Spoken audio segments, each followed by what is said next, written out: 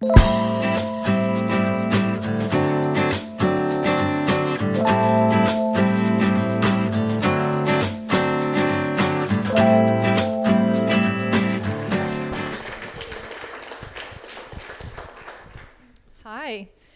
Thank you very much for the intro, and I actually really like your intro at the beginning of this whole session of everybody here has an inspiring story to tell, and I feel that very strongly about that. Yeah, everybody's got a story, and I'm humbled to be asked to speak to you guys today. So 3 really impactful talks so far. Mine's going to take you in a bit of a different direction, and it's a bit more reflective. And I had to think about what are the questions that I've asked myself probably over the last 20 years, or I like to ask a lot of questions, that have got me to where I am today. And it's knowing the answers to those questions that I'd say has got me where I am today. And other people that I know definitely, this is these kind of questions have helped them to make decisions in their lives. The first one is, when are you most happy? I had to take 6 months off work to figure this out. So I'm going to tell you a little bit about how I went about answering some of these questions. And that was because I found that I was so busy with my day-to-day life, just crossing off my to-do list, and my social life felt like I was just crossing off my to-do list as well, that I couldn't really remember what it was that I really enjoyed. I was just so busy the whole time. And the really neat thing about taking that time off and just having no to-do list and doing whatever the hell I liked is that I found that I was happiest when I was spending time with people that I care about and people's, whose company I enjoy, and just doing the day-to-day stuff. It was actually just being present in, walking my cousin's kids to school that was the greatest pleasure, or sharing a great meal, or seeing an awesome view.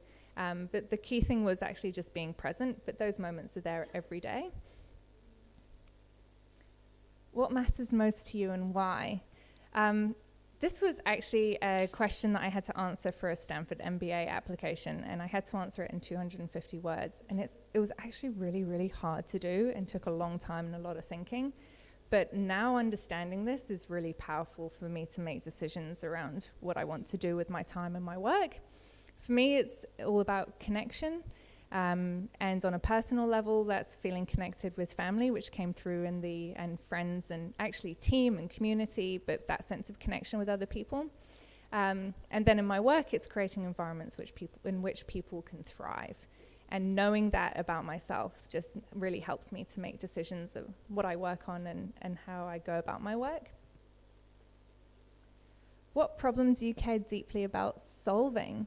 So this has been a really interesting one because the previous question, I ended up talking to a number of people about that and what that was for them. We ended up getting onto this. And this came through today, actually. The problem that you care about solving often relates back to an experience, or I've noticed is related back to experiences that people had when they were younger. And so if you're kind of not too sure what your focus is, think back to the things that really matter to you when you're a kid. I had a pretty easy childhood, and for me, it came back to my grandparents. My grandfathers both grew their own food, spending a lot of time with them in the garden and enjoying that. And so my passion's really around the food system and everybody having access to really good, nutritious, healthy food. So that's... Who will you be 5 years from now? I love this one. So this is a great exercise, actually writing it down in the present tense. And then reading it out loud to yourself, or reading it out loud to whoever. And what I found when I did this, and what I think you'll probably find, is that a lot of who you want to be 5 years from now, or who you're stating yourself as 5 years from now, you're probably already there.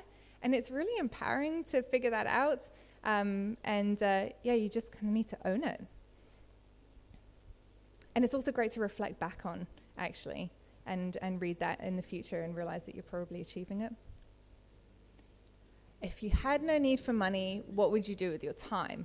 This is actually quite challenging, this one, especially if you've been in work for quite a while. So I took 6 months off work and just kind of observed what I spent my time doing. And it was really interesting. I ended up using the skills that I use at work, but to do not-for-profit work. And also I spent a bit more time doing some creative things, like I did some acting in a couple of plays whilst I took that time off. And it was neat to figure that out, because then when I went back to work, it didn't feel so much like work. I'm like, oh, I actually, even if I don't have to work, I still use these skills, so that's cool. How do you spend $10 million on others? This is a great dinner party conversation, I think. And if you have it with different groups of people, you always end up in different places. But if you're starting a business, again, this is, or you're running a business already, I find this is a great way to get around a constraints mindset, because when you're running a business, you're always tight on money, you're always tight on funds, and you're trying to think of ways to kind of cut corners, whereas this kind of gets your brain thinking really big, like, okay, if I had to set up charities, if I had to create a way to make sure that the funds kept on coming back in so I kept on pushing them out, what would that look like? And it gets you thinking really big picture and strategically. And you can actually then bring some of those learnings into your business now. That's the surprising thing when you go and do this exercise. For people wanting to create change in their lives, I've answered this question for myself a couple of times, and treat this as a to-do list. So what do I like now? What don't, why am I leaving? What do I think I'm going to get if I make a change?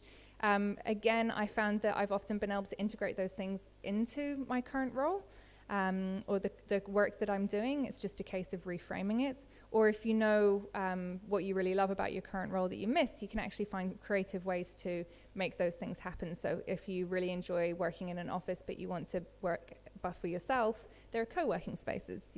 There are hacks. So yeah, that's that one.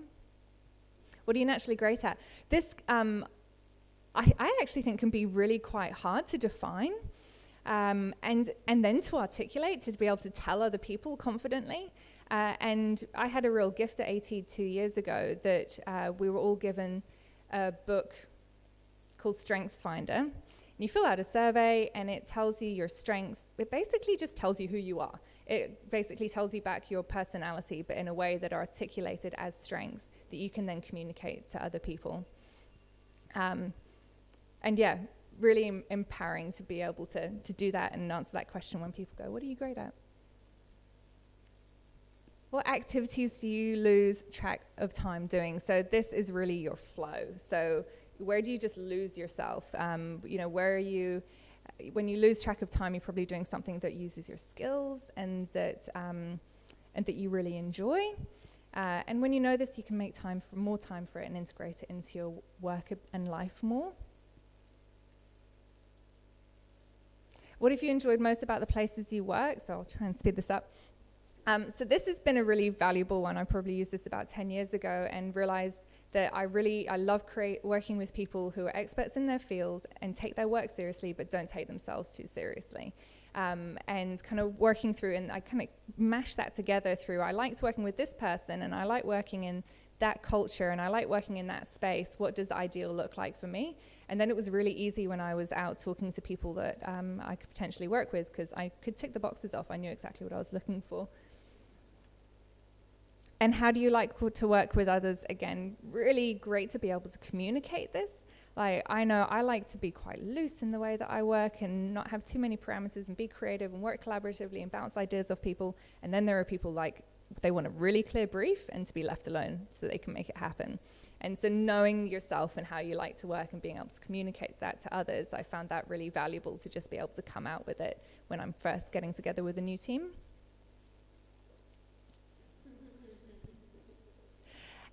And the funny thing is that what you might put on your CV as your greatest successes and not necessarily what actually you're most proud of.